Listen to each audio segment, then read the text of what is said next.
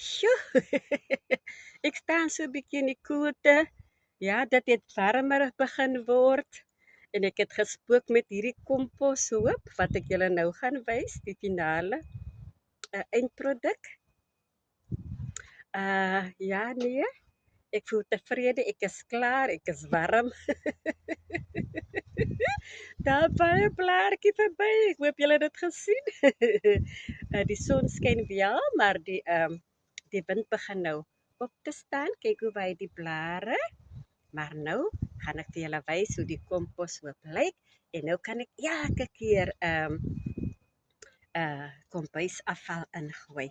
Maar ek hoop julle geniet dit om na die video's te kyk en ek hoop julle leer daaruit. Dit is die belangrikste want ek deel dit met my kykers. Dit kan gedoen word. Ek wys julle net gou-gou.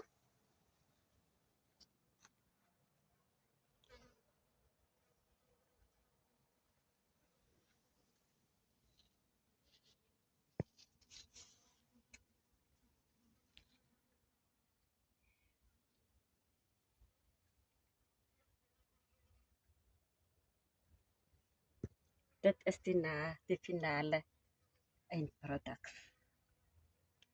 Piesangskille, eierbokse, alles en nog wat.